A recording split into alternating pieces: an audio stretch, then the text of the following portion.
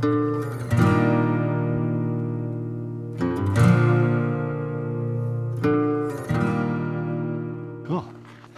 I'm here with my friend Eric Janzen, the wizard. I prefer Gandalf. Gandalf, yeah. How often do you get called that? More often than you'd think. Yeah, I bet. Yeah. We can either go that way Sure. or that way. Okay. Hello. Either way. Let's go that way. Let's go this way, yeah. He's representing the Habs. Yes, always. Always. Yeah. We were just saying you've been quite prolific. Like you've been, did you release 2 albums this week? So Yeah. you're a musician, you're a writer, you're a poet, a prophet. I don't know about a prophet, but Oh, come on. You wrote a book on prophecy. I did. That doesn't make you a prophet necessarily. No, not necessarily. No. So we did an interview about that. That was great. You came out to my neck of the woods, and That was fun. Yeah. That was a good Yeah. conversation. that was a good conversation. And you wanted to see where I walk out there, so that was great. Yeah. I love sharing that with people. And you chose this park. What is it about this park that you love? Or it sounds like you and Nicole come here Yeah. sometimes. There's little treasures sometimes close to where you are that you Yeah. have to remember they're there. Mm-hmm. So to get here for me is about, 25-minute drive. Okay. And you have just a wonderful network of trails. So it's not far to go to get out of the the city and just have some nature around you, and Yeah. instead of having to drive an hour or more to get to a more like a hiking scenario. But How does getting out into nature, how does it like affect your well-being? What do you notice about it when you... yeah, so for outside. me, so I live with a lot of anxiety, just one of those things. Yeah. And when I get out in nature, my anxiety decreases. So for me, it's very valuable to kind of quieten my nervous system and my spinning brain, and and I can just calm down essentially, Yeah. and enter into that sort of silence that I like to try and find. And so for me, nature is just like a lifeline in a lot of ways, Wow. because it gives me relief from a lot of very high anxiety. Yeah. And I tend to think clearer. I tend to feel, I can breathe better. It's just, Yeah. so it's really important for me. Yeah. I tend to feel the best when I'm about, 7 kilometers deep into the woods somewhere. Yeah, it takes a while sometimes, doesn't it? It does. Yeah, It's, yeah. I think it might be a spiritual thing and a physical thing, where you just have to get a certain Yeah. distance Yeah. and something just kind of lifts off. And It lifts off. I wonder, I mean, I'm not a doctor, obviously, but I think the happy chemicals kick in, yeah, after a certain amount of time too, right? Yeah. And that must affect the brain and all the rest of it. yeah. Yeah. So I try and do it as much as possible. Yeah. I really How enjoy frequently hiking. do you think you get out? I get out into nature in some way at least once a week. Yeah. If not more. If I could more, then I will. Before the kind of wet weather kicked in, I was going on a hike at least once a week, like a real hike Oh, yeah. out in Golden Ears. And, Oh, yeah. Great. So that was, or that is for me, just really important. And I usually go alone. So I have solitude and all the recipe for good contemplative time. I think would you say in that way, I mean, it's again, it's twofold, right? It's a spiritual and a physical activity. Like it's Yeah. good for the body and good for the mind, the soul. It's all one, right? It's all, Yeah. yeah. Well, that's neat. It really is. I think actually that's something that I've learned from being in nature. Yeah. Is how we are not we're not human beings with kind of these compartmentalized bits. Yeah. We are a whole. You know, and then depending on your belief system, Yeah. you know, I believe that includes your spirit and your body, your mind, whatever they all are even. And so being in nature, I have found those moments where it feels like all those parts just can come together the way they really are, and in unity. And I think that's the way we're meant to be. And so you do feel better. It's like, oh, Yeah. I feel more myself in a sense. Yeah. Because I'm not at war at the moment with my heightened nervous system, or trying to, you know, wrangle my thoughts, or it all just kind of comes together and just takes a deep breath. And You feel more yourself. I like that. I can see that. yeah. Yeah. And so I mean, it's not that I mind walking or hiking with people, but when you're alone, I think you can tune into that sort of deeper element, because you're not distracted by you know, chatting away or whatever. Yeah. So yeah, really important. Yeah. That's cool. Do you, like in all your travels and places that you've been, do you have a favorite landscape? Favorite landscape? Yeah. Oceans or mountains or Yeah, you know, beaches, desert. I would have to say I have two. Yeah. I love like being in like deep woods, like you know, where the trail's thin and there's most likely no one around for, you know, many kilometers. And Oh, yeah. it's just the silence of the forest with the odd, you know, birds or squirrels chirping away at you, like, what are you doing here? Yeah. Say more about that. Like, what else do you really like about that? I hear you saying the silence, the solitude. Yeah, the silence, the solitude. It's like, to me, that's just, it allows you to connect with the beauty. Coming to a fork in the road here. Did we determine which way we're going? Go this way? I guess go this way. Sure. See, this is what it's like here. You get to these forks and you keep Yeah. going. Yeah.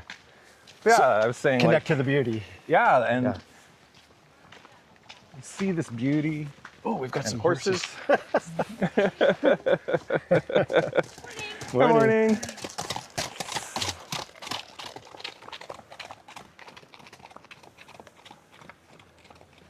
The other Let's cool go. thing about walking here. But yeah, when you're just deep out there, and I don't know, you tend to forget the hustle bustle, the trappings of the modern world. And it's almost like being in a space where it's like, maybe this is how it's meant to be, you know, yes. and you're just connecting. The whole time you've been talking, since we started, I've been thinking about that. Yeah, well- This is maybe the way it helps us return to the way we naturally are and meant to be. Yeah. Exactly. Yeah. And so you start to unplug in a very unique way, I would say. So I love that. I love kind of witnessing nature on its own merits. Like, I'm not trying to make it anything. I'm just in there and I'm part of it. And there's something that just speaks to humanity that way. I think more people should experience that. Because I agree. Yeah. think it would help people especially people who are like just so full of angst and worry and Yeah. fear, and like, there's just something mystical, or you can't really define it necessarily, but it's very real and it's very healing. So Yeah. I love that. I just love everything about it. And then my other favorite landscape is oceanside. Give me a ocean beach and big Yeah. waves and Yeah. or a calm way. I love being by the ocean. Yeah. If I was wealthy, that would be a choice I'd make. That'd be your choice, yeah. I would love to live somewhere. A home in the mountains and a home in the... Yeah, if I could have both, yes, that'd be perfect. But I can spend a long time, and that's a very different experience because Yeah. I can just sit then Yeah. and just absorb what the ocean is and doing and the wind and all that. So, and I'm sure that's true for a lot of people. 'Cause Sure. there's something about that. But Yeah. there's a beach in Northern Ireland, in Ballycastle, which is a small town in the north of Northern Ireland. And it's, I've been there twice, and it's one of my favorite places in the world. Oh, yeah. Say more about that. Yeah. It's this long, beautiful beach with sand and rocks and all that, and I forget which sea it is, like the North Sea or anyway. And the waves just, it doesn't take much, and they get whipped up and they come rolling in, Oh, yeah. and it's not that busy. It's this huge beach that It's pretty remote, I would imagine. I just don't think there's enough people local that to fill it up immensely. Yeah. And so it's just a wonderful place to be. Taking a lot of pictures. I have a lot of pictures from there because Oh, yeah. you're just enamored, right? Maybe it's the visitor thing, I don't know, but just wonderful. So Have you had an experience in nature that has really left a mark? Like, absolutely. I have two that were kind of similar. How mystical do we want to get? as mystical as you want. Yeah. So the coolest one and kind of the weirdest one maybe was I was walking in Abbotsford of all places, and close to where I live there is this, it's just a short trail really, but you go into it and you can almost forget you're in the city. Like it's just sudden nature, Yeah. I would say. And so I was walking in there, and all of a sudden, I felt like I walked through almost like an invisible wall, Oh, yeah. and all of my senses just came alive. And for the first time, maybe not the first time, but the most conscious time, I became aware of everything. Of the trees, of the bushes, of everything that was around me. And Kind of all at once kind of thing? all or- at once, Yeah. yeah. Yeah. And it was like realizing that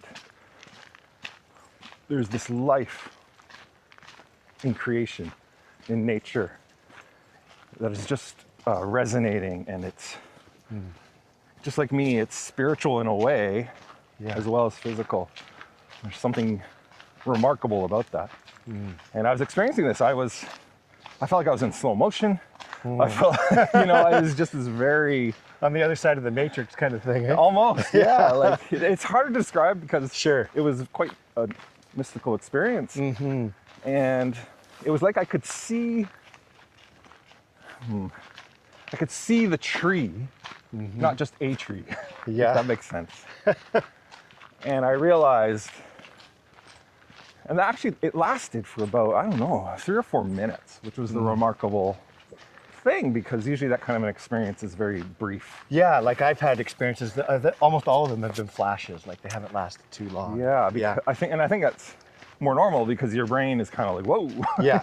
Yeah. Yeah. But for whatever reason, I was able to sort of remain in this between place, between normal and Wow. that spiritual place, and just taking in this beauty of this vibrancy in creation and nature, and that it's so alive Yeah. and just remarkable. And so, and being who I am, when it kind of dissipated, it wasn't like it started suddenly and then it slowly kind of faded away. And So I prayed about it. I was like, Lord, that was really weird. Yeah. Yeah. I'm not sure things like that are supposed to happen. You know, you kind of go through these. Yeah. And so I had a conversation with Jesus about it. And he started to talk to me about how, the easiest way to put it is, you know, everything you see, everything on the earth and in the universe was made through Jesus. And so everything is not Jesus, but his fingerprint is in everything. His love, his creativity, his, you know, there's a piece of him in that sense, just like any artist, right? I can write a song, there's a piece of me in the song. It's not just I see. Yeah. notes and words and somehow captured in the magical world of a digital bit. Yeah. So, and that of course gives everything this life of the sun, so to speak. And sometimes people, they'll get bogged down in that pretty quick. That's why I say, like, the tree isn't Jesus. I don't believe that at all. Yeah. But there's something of Jesus' fingerprint in that tree that gives it inherent value and a vibrancy in reality. Right? And some of that's mystery. You can't really No. necessarily get to the nuts and bolts of that. And why should you? I mean, Yeah. it's just the beauty of it. Yeah. So that left a real deep impact on me. That was quite a few years ago. Yeah. I was just wondering about, what do you think the lasting impact of that was? Is it like you connect more easily with nature, or what was Yeah. Yeah. That's what you're saying. Yeah. Absolutely. Yeah. It created in me not just a deeper appreciation, but I would say an ability to tune into that with more ease. Yeah. Because I have this powerful memory. And so when I am in nature, it's not hard for me to feel that in the spiritual sense, to sense it around me, without having to have a dramatic, which is often the way it is. Like, you have a dramatic experience and then it unlocks something in you that stays. Yeah. So I'm very grateful for those experiences, even if they sound weird. They've taught me about, in a lot of ways, my value. You know, it's like, maybe the way I see that tree is the way God looks at me. You know, I'm not just another human passing by. It's like, oh, there's Eric, you know. Yeah. And that's very healing for me. Yeah. And encouraging, and comforting, and all those good prophetic elements to it too. So. Yeah, I'd like to ask you a question about that. Like, so you've described these two incredible experiences. You have studied prophecy, you've written books on prophecy, and often we have like what we might call prophetic experiences, right? Like, what would you say, how would you tell people to unpack those, or how do you unpack it, or, you know, like, do you have any sort of teaching or advice on that? Yeah, actually. Yeah. Like, especially with nature. The Bible talks a lot about how nature speaks about who God is. And even speaks to God's reality and that kind of thing. So when we experience something in nature that speaks to us on a deep level, or, you know, those experiences where you go, oh, like they get your attention. Yeah. Those are the moments to kind of slow down and go and ask, Lord, what are you saying to me through this? Yeah. And I think that that's a really important step, because the mistake can be, what is that tree saying to me? Yeah. But the tree isn't saying something to you in that sense. It's God speaking through what he has made to you. And the tree is part of the speaking. Yeah. Or whatever it is, the bush, the blade of grass that you're sitting beside, you know, whatever it is that grabs you. And so you ask the Lord and you listen. And that's where silence comes in, right? It's like, everyone needs to learn how to get more quiet, Yeah. because that's where we hear. Yeah. And we live in a very loud culture, which is not conducive to listening and hearing Yeah. in a spiritual way. So, and then you listen, and you listen for the comfort, you listen for the encouragement, you listen for the strengthening, you listen for the words of compassion and kindness. All those are the way that God speaks. Yeah. And you might be surprised if you take those moments, what you might hear, what you might feel. Yeah. I like that. My biggest takeaway from your book was, kind of, is this what Jesus would say? Like, is it, Yep. and therefore, is it compassionate? Is it kind? Yeah. That's been really, I've thought about that a lot since talking with you about your book and reading your book. Yeah. That's good. Yeah. I mean, that's the gist of the book is, Yeah. if something's prophetic, it should sound like Jesus, it should look like Jesus. Yes. Because he is the voice of prophecy. And that's the same in your experience in nature. Does it sound like Jesus? Does it look like Jesus? Does Yeah. it feel like Jesus? I mean, all those experiences are a revelation in a sense Yeah. of something deeper and wider that I didn't necessarily know about, or maybe I intuited, but now I've had a more overt experience. What I would say about experience, to be honest, in any context, is experience is never experience for experience's sake. Yes. In fact, it's an experience or an encounter that really impacts you is the beginning of an ongoing process or journey. Right. And when you just love the experience and you seek the next one, you're completely missing out on that initial experience was meant to initiate. Ah, yes. So Yeah. that's kind of why I named my book Ponder. It's because there's an art to this, in a sense of, okay, I've experienced this, I've heard this. I Yeah. need to think about it. I need to ponder it deeply. Yeah. I need to journal it. I need to, what's this about? What's it teaching me? And because the whole picture is never in the one moment. Right. It's a beginning. So you told me earlier, off camera, that's been quite a year. And so I'm really curious what your answer will be to this question. I ask everyone this, like, what's life teaching them right now? So what would you say the main thing is that life is teaching you right now? I think the main thing that I am dwelling upon is it's almost cliche, but the giving up of control. The last year has been, I won't go into great detail, but it's been a difficult year, and I have learned that no matter how much I tried to control my life and things in my life, it didn't work. Oh, yeah. But I was expending a great amount of spiritual and physical energy trying to exert this sort of attempt to contain chaos. And I remember eventually, there was a particular day where I was just sitting and not being able to do much. And I remember just thinking, what am I doing? And I was like, I can't control anything. It was just like a penny dropped, and the realization came, and I was like, and all of a sudden I felt this weight just kind of start to melt away. Oh, yeah. And I was like, what is that? And it felt really like,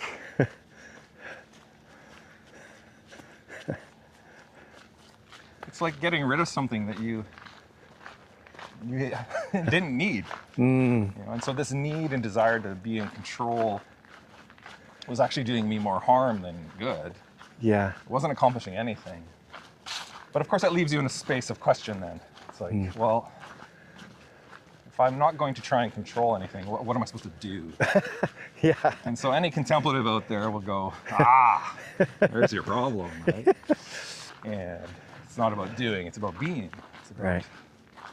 And so my shift has slowly been changing from, I've actually gotten, I don't want to sound too great, but I've actually gotten pretty good at giving up control now. It's almost like that moment led to an ability to truly realize, like, man, that really doesn't work. Like, I'm Yeah. just not going to go back to that. Now, Yeah. that's decades worth of stuff to unpack there. But shifting towards now more of a, I can't control tomorrow. I can't control anything. I don't know. At this point, I really am in limbo. I don't know what anything new is right now. I don't know what I'm going to do for work. I don't know. Yeah. But who am I becoming has become my true focus. Who am I becoming? Wow. And it's no accident. I mean, my thesis for my master's degree was focused very much on contemplative theology. You mentioned Thomas Keating off camera. Yeah. He's one of the guys I read, and Thomas Merton. Anyway, a whole bunch. Yeah. And I've been asking this question of what is inner transformation?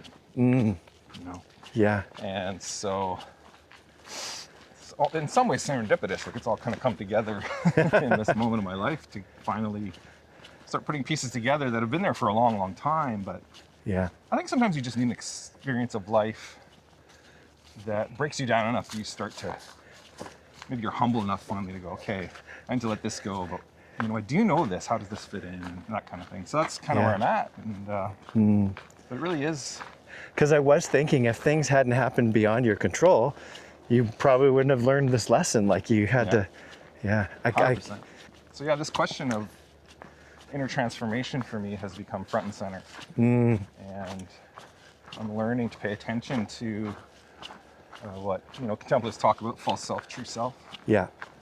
And for this, I really feel like, okay, well, what is my true self, And you know what? Being a controlling person is not my true self.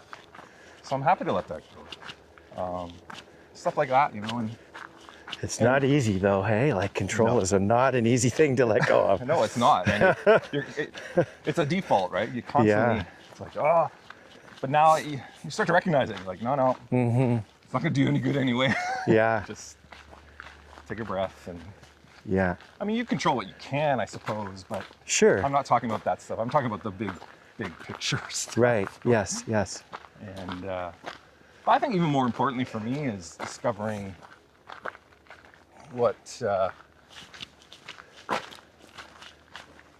who am I? Like, am I going to become more compassionate? Or am I going to become embittered? Yeah. Am I going to be someone who works for peace? Or am I going to be someone who contributes to division?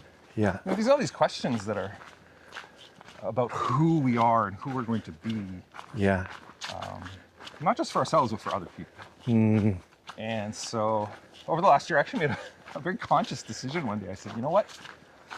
My goal is to become the kindest person people ever meet in their day. Oh, wow. Because I love that. so horrified by the level of unkindness in our world. Yeah. Yeah. And sometimes you want to reach out and control it. Be like, stop being such jerks. Yeah. And now I'm being a jerk because I'm trying to control you. Yeah. And I thought, I think the only way to really show how that makes me feel is to actually be the opposite, right? And how do you cultivate kindness or compassion?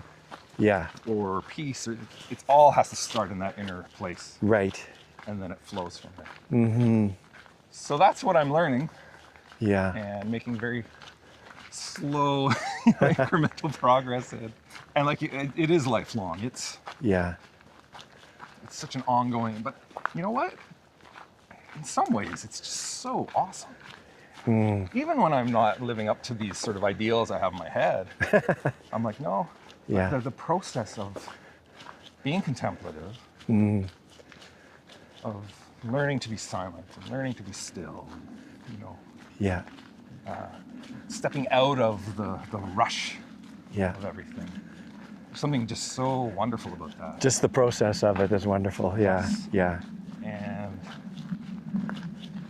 so that's what I'm learning and writing about often, and my songs are reflecting that, and so I have no idea where I'm going, practically speaking. But the internal world is starting to coalesce, come together, I think in a deeper way, which I've always sought after. Yeah. Well, I think it's such an important question. I think in every era, but particularly in ours too, because Like, what are we becoming as a society? Kind of. Yeah, there's a very large question there. Lots of twists and turns. I think these actually go to the same place. Yeah.